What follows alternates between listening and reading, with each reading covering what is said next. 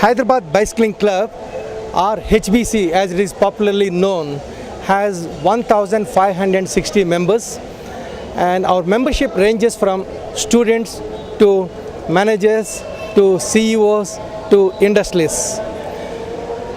The age group is anywhere from 10 years to 70 years.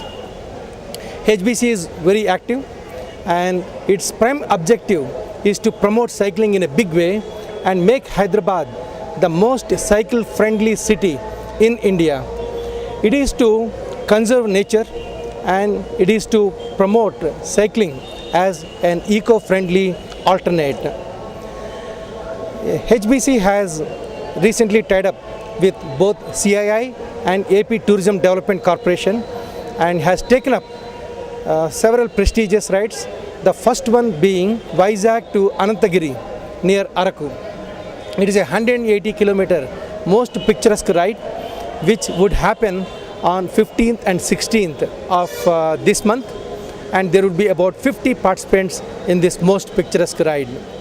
And the latest initiative of HBC is launching its first unique HBC bike station. HBC will be launching about a dozen of such bike stations across Twin Cities to promote cycling. In each bike station, there will be about 10 cycles with helmets, and anybody can, on producing their valid ID proof, they can take the cycles, go for a recreational ride, and come back and return. There is no charge. There is no charge for HBC members, and becoming a HBC member is very easy. All one has to do is to go to HBC site and register.